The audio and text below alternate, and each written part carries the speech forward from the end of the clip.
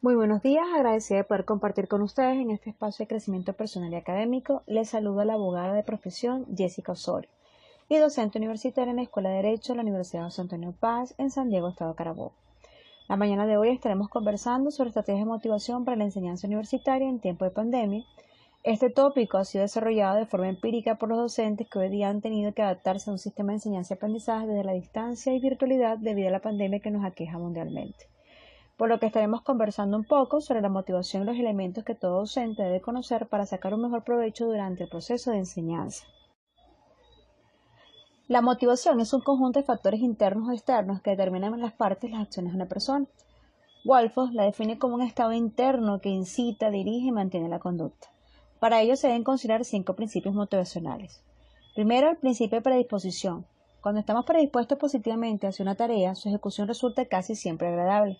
Cuando cambiamos el por qué por el por qué no, o esto es inaguantable porque estoy aprendiendo de esta situación, o estoy enfadado porque, por el me pregunto por qué me estoy enfadando ante este hecho. Es decir, cambio la ira por la curiosidad, estamos aplicando este principio. Principio de consecuencia. Tenemos tendencia a reproducir las experiencias que tienen consecuencias agradables y a no repetir las que tienen consecuencias desagradables. Cuando tenemos una consecuencia igual o mejor de la prevista, nos sentimos recompensados y guardamos a nivel consciente o inconsciente ese agradable recuerdo, por lo que tendemos a repetir esa estrategia. Tercer principio, el de la repetición. Cuando un estímulo provoca una reacción determinada positiva, el lazo que une el estímulo con la respuesta puede reforzarse con el ejercicio o repetición. Así, la maestría en la ejecución de una tarea vendrá dada, entre otros aspectos, por la repetición que se ve forzada por un modelaje hacia la excelencia. Principio de novedad. En igualdad de condiciones, las novedades controladas suelen ser más atractivas y motivadoras que aquello ya conocido. Este principio es cierto siempre que se aborde con un cierto control o con una dosis elevada de seguridad personal, ya que en caso contrario puede aparecer el fenómeno de resistencia al cambio. Y por último, el principio de la evidencia. Relacionar una evidencia que nos haya resultado agradable con lo que pretendíamos alcanzar puede ser muy motivador. Esa evidencia puede referirse tanto a una experiencia vivida anteriormente como a alguna experiencia novedosa que podamos llevar a cabo gestionándola sensorialmente. Algunas de las teorías o modelos más destacados que han intentado explicar la motivación humana son la teoría de la jerarquía de necesidades Maslow, la teoría del factor dual de Herzberg, la teoría de los 3 factores de McClelland, la teoría X y teoría Y de McGregor, teoría de las expectativas, teoría RC de Alderfer, teoría de la fijación de las metas de Edwin Luke y la teoría de la equidad de Stacey Adams. La primera teoría, la pirámide de Maslow. Maslow formula en su teoría una jerarquía de necesidades humanas y defiende que conforme se satisfacen las necesidades más básicas situadas en la parte inferior de la pirámide, los seres humanos desarrollan necesidades y deseos más elevados los que se encuentran en la parte superior de esta, por lo que cada fase se encuentra representada de la siguiente manera. En la base, la fisiología. Lo primero que el ser humano necesita cubrir son sus necesidades básicas: comida, bebida, descanso, respiración, entre otros. En el segundo escalón, la seguridad. Una vez cubiertas las necesidades básicas, se pasa al escalón de la seguridad. Esto implica un techo donde cubrirse, saber que se está protegido y tener recursos asegurados. El tercer escalón, la afiliación. El ser humano necesita relacionarse, sentirse aceptado y participar en una sociedad. Cuarto escalón, reconocimiento, tener éxito y ser respetado por los demás. Y por último, la cúspide de la pirámide, la autorrealización.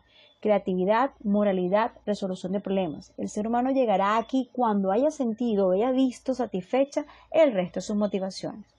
La segunda teoría es la teoría de motivación, en este caso motivación de higiene, de Herzberg.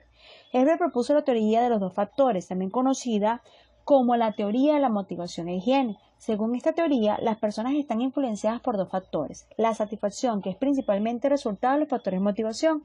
Estos factores ayudan a aumentar la satisfacción del individuo, pero tienen poco efecto sobre la insatisfacción, y la insatisfacción es principalmente resultado de los factores de higiene. Si estos factores faltan o son inadecuados, causan insatisfacción, pero su presencia tiene muy poco efecto en la satisfacción a largo plazo. Teoría o tercera teoría, la de los 3 factores de McClelland. McClelland enfoca su teoría básicamente hacia 3 tipos de motivación: logro, poder y afiliación. Logro. Es el impulso a sobresalir, de tener éxito. Lleva a los individuos a imponerse a ellos mismos metas elevadas que alcanzar.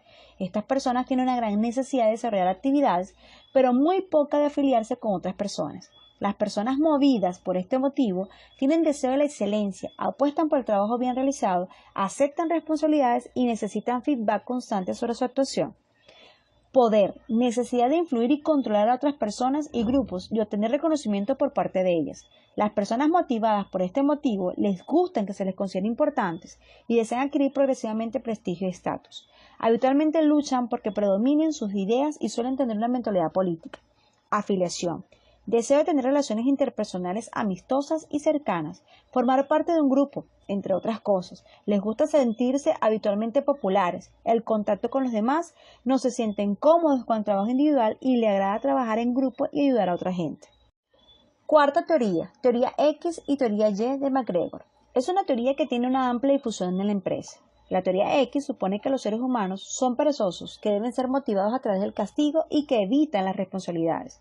La teoría Y supone que el esfuerzo es algo natural en el trabajo y que el compromiso con los objetivos supone una recompensa y que los seres humanos tienden a buscar responsabilidades. Tenemos aquí un problema de observación, ya que cuando somos preguntados con cuál nos identificamos, la gran mayoría responde que con el modelo Y. Sin embargo, al ser preguntados por otras personas, componentes del equipo, compañeros de trabajo, entre otros, la mayoría asume que un gran porcentaje responde al modelo X. Esto es falso. El modelo X no existe, es un prejuicio que tenemos sobre las demás personas. Llegamos a una conclusión errónea en la naturaleza humana sin tener en cuenta los factores de entorno o contexto que pueden estar afectando a otras personas, realizando de esta manera un juicio precipitado y falso. La quinta teoría, teoría de las expectativas. El autor más destacado de esta teoría es Ron, pero ha sido completada por Porter y Lawler. Esta teoría sostiene que los individuos, como seres pensantes, tienen creencias y abrigan esperanzas y expectativas respecto a los sucesos futuros de sus vidas. La conducta es el resultado de las elecciones entre alternativas y estas elecciones están basadas en creencias y actitudes. El objetivo de estas elecciones es maximizar las recompensas y minimizar el dolor, según Pinder.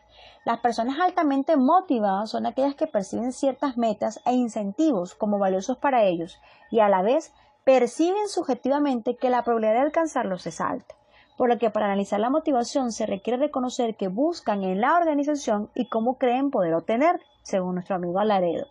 Los puntos más destacados de la teoría son, por parte de Galbraith, lo siguiente. Todo esfuerzo humano se realiza con la expectativa de un cierto éxito. El sujeto confía en sí si se consigue el rendimiento esperado y se siguen ciertas consecuencias para él. La expectativa de que el logro de los objetivos vaya seguida de consecuencias deseadas se denomina en este caso instrumentalidad. Cada consecuencia o resultado tiene para el sujeto un valor determinado denominado valencia. La motivación de una persona para realizar una acción es mayor cuando mayor sea el producto de las expectativas por la instrumentalidad y la valencia. Rendiré, ¿qué conseguiré si rindo? ¿Merecerá la pena? La relación entre el esfuerzo y el rendimiento depende de dos factores, las habilidades del sujeto y su percepción del puesto. Cada persona tiene una cierta idea del nivel y rendimiento que es capaz de alcanzar en la tarea. Las personas esperan que quienes realicen los mejores trabajos logren las mejores recompensas y la fuerza y la motivación de una persona en una situación determinada equivale al producto entre el valor que la persona le asigna a la recompensa y a la expectativa de su próximo o su posible logro. Sexta teoría, teoría RC de Alderfer. Está muy relacionada con la teoría de Maslow. Propone la existencia de tres motivaciones básicas. Primero, motivaciones de existencia. Se corresponde con las necesidades fisiológicas y de seguridad. Segundo, motivación de relación. Interacciones sociales con otros, apoyo emocional, reconocimiento y sentido de pertenencia al grupo. Tercero, motivación de crecimiento. Se centra en el desarrollo y crecimiento personal. La séptima teoría, en este caso sería la teoría de fijación de metas de Luke. Una meta es aquello que una persona se esfuerza por lograr. Luke afirma que la intención de alcanzar una meta es una fuente básica de motivación. Las metas son importantes en cualquier actividad, ya que motivan y guían nuestros actos y nos impulsan a dar el mejor rendimiento. Las metas pueden tener varias funciones según Luke y Lata. Primero, centran la atención y la acción estando más atento a la tarea. 2. Movilizan la energía y el esfuerzo. 3. aumentan la persistencia. 4. Ayuda a la elaboración de estrategias.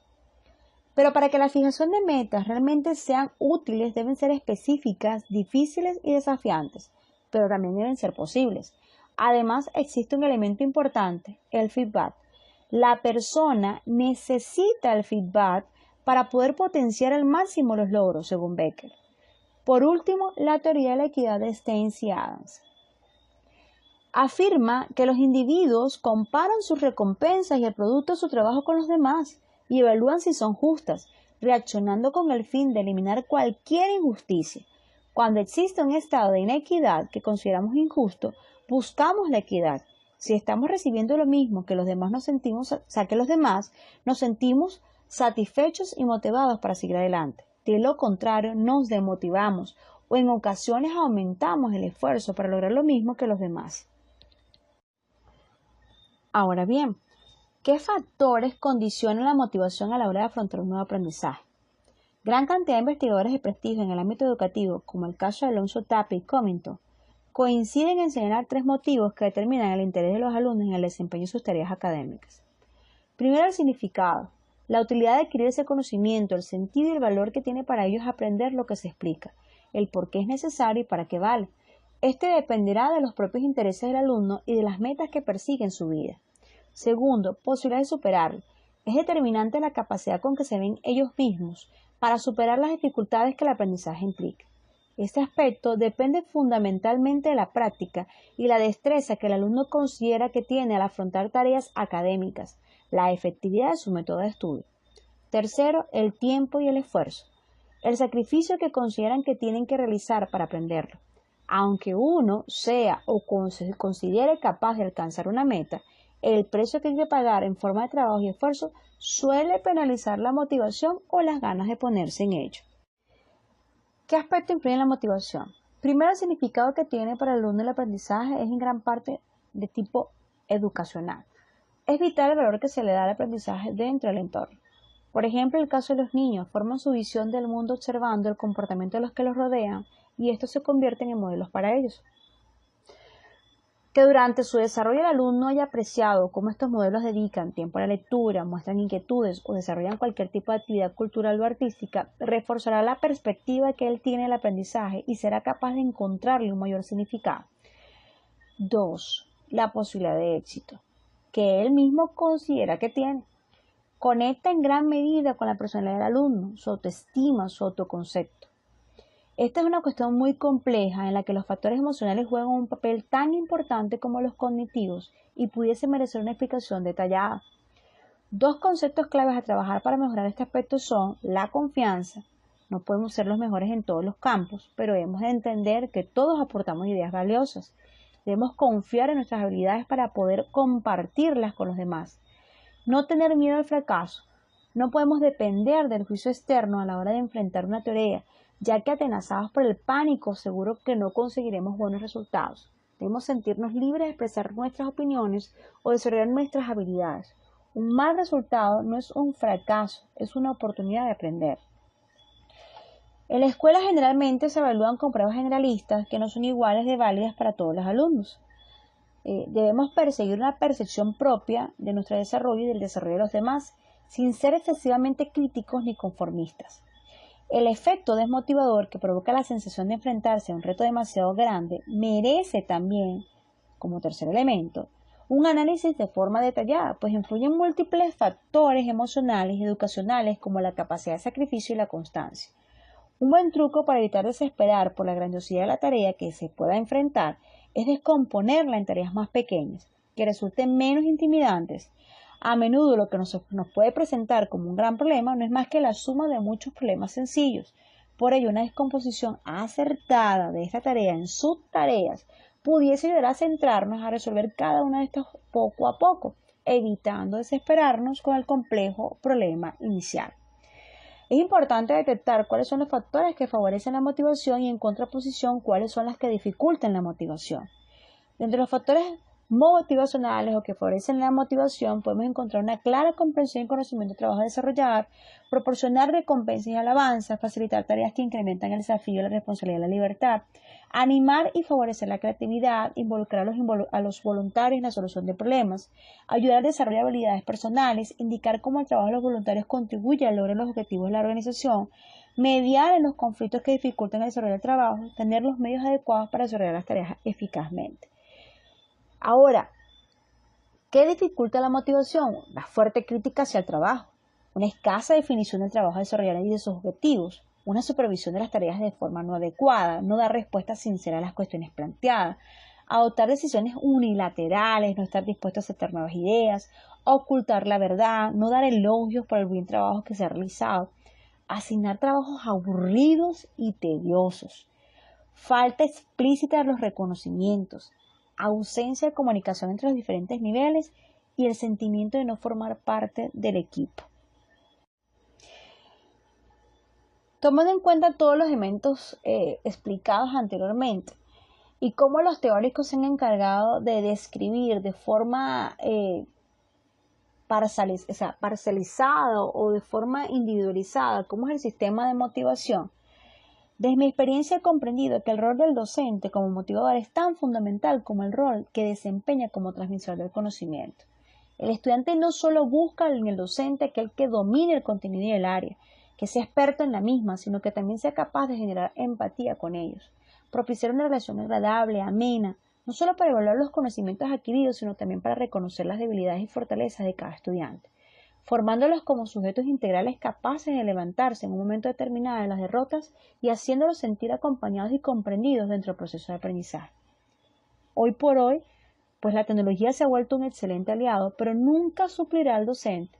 En ese sentido, él mismo debe ser consciente de que motivar a sus estudiantes, sin importar los medios usados, le facilitará la enseñanza de los conocimientos necesarios y requeridos para formar nuevos profesionales y generará estudiantes críticos, analíticos, empáticos y confiados, debido a la sensación de satisfacción y bienestar obtenida por lo que están haciendo. Muchas veces el docente suele olvidar que en un momento determinado estuvo en la posición del estudiante. Cree que el rol del docente simplemente es impartir un conocimiento determinado bajo unos parámetros determinados bajo la institución a la cual estamos cumpliendo o dando el servicio. Pero no nos detenemos a visualizar el contexto en línea general de que los jóvenes que se están formando hoy en día también son personas y que hay elementos tanto internos como externos que hacen posible su proceso en este caso de aprendizaje.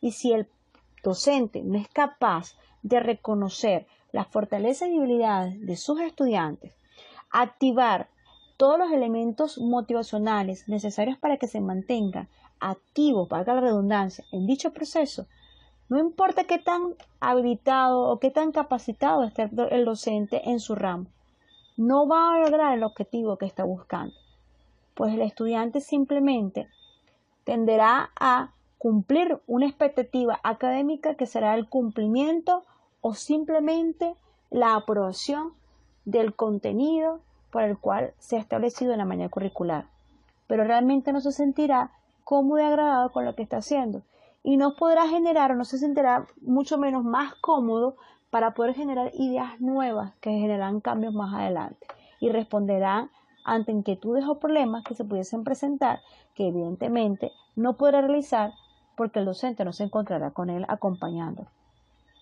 Es en el momento de las aulas de clase, en el momento de impartición de las mismas, donde el docente no solamente deberá dar las herramientas necesarias de carácter cognitivo, sino también a nivel formativo y personal, para que el estudiante pueda reconstruirse desde el ser, siendo capaz de generar propuestas adecuadas a las situaciones planteadas. Dicho esto, para mí ha sido un gran honor compartir este espacio académico con ustedes y me encuentro abierta a cualquiera de sus interrogantes. Y por supuesto, presta y a la orden para cualquier otra oportunidad. No existe una pócima mágica o una fórmula matemática que genere las respuestas ante qué estrategias son las idóneas para ser usadas por el docente para motivar especialmente en este momento de pandemia. Los mecanismos están, sobre todo en el campo tecnológico, los cuales han permitido acortar las distancias y trabajar desde casa en pandemia. Lo que sí queda claro es que es una cuestión de creatividad y de cambio de actitud tanto con C como con P en el docente. No soy docente de formación, sino abogada prestada al servicio de la educación. Es la experiencia, el contacto directo con los estudiantes lo que hoy en día me hace comprenderlos un poco más. Incluso es lo que me ha motivado a formarme hoy día en el área educativa. Y sin embargo, eso no lo hace todo. La diferencia está en comprender e internalizar que los estudiantes también son personas movidas por múltiples razones. El hecho de estar lucrándome y nutriéndome en el área educativa y el estar en contacto directo con ellos es lo que me permite ir renovándome constantemente. Eso no se logra de la noche a la mañana. A veces el profesor tiene que bajarse de ese escalafón, que tiene que darse cuenta que no está trabajando con niños porque estamos en presencia de una educación de carácter universitario. El estudiante que está allí es porque quiere, necesita hacerlo, ya sea para cumplir una meta o objetivo de carácter económico, social, un nivel o estatus, o simplemente porque es la tradición familiar. Entonces, el profesor, sin importar la razón por la cual el estudiante esté en esa posición, tiene que entender que él como docente es un instrumento de transmisión del conocimiento y bajo esta circunstancia aprender a reconocer las inquietudes, fortalezas y debilidades de cada uno de sus estudiantes para poder llegar a cada uno de ellos. Por ejemplo, en mi caso, los jóvenes con los cuales trabajo se encuentran en diferentes niveles, pues unos son estudiantes de primer semestre, otros de segundo, he trabajado con quinto semestre y hoy día tengo incluso de octavo semestre. Y todos ellos necesitan sentirse acompañados por el profesor. No solo tener al profesor que les evalúe el contenido de una clase y adiós, nos vemos después. No, es sentir que el profesor los escucha, los atiende, los orienta. Inclusive, esto hace que ellos aprendan a controlarse en cuanto a las horas y los días de contacto, sobre todo ahora en pandemia. Porque sienten que cuando se dirijan al profesor es porque realmente lo ameritan, realmente es necesario hacerlo. Entonces llegan a respetar el espacio del profesor como individuo, a diferencia de los estudiantes que no se motivan, que preguntan por preguntar o simplemente por cumplir. Cuando generas motivación, te acercas a ellos. Cuando, por ejemplo, dentro de un aula por WhatsApp le preguntas al estudiante, ¿qué pasó Nieves? ¿Qué pasó Carlos? Por dar un ejemplo, ¿por qué no has interactuado? Sienten que estás allí y pendientes de ellos y eso los motiva cada vez más. Cuando no se les cercena la posibilidad de interactuar, sino por el contrario le dices al profesor, no tiene la razón absoluta, no es el dueño absoluto del conocimiento. Todos los días aprendemos, incluso ustedes como estudiantes, siéntanse libres de participar, de generar opiniones contrarias al profesor debidamente sustentadas. Eso le llena al estudiante, porque no siente que van al salón de clase, independientemente de cuál sea el entorno, ya sea virtual o presencial, exclusivamente a escuchar al profesor en un monólogo, sino por el contrario, le da la oportunidad de interactuar con ellos. E inclusive, surge una lluvia de ideas, hay competencias de ideas. Cuando un estudiante manifiesta un inconveniente por vía privada a través del WhatsApp, profesora, mire, tengo dificultades tecnológicas, dificultades de comprensión. Por lo general, yo le digo a los jóvenes en nuestro espacio grupal, por favor, apoyen a la compañera o compañero que tiene inconvenientes. Entonces, todos los estudiantes se abocan y están pendientes del compañero. Eso es parte de la motivación.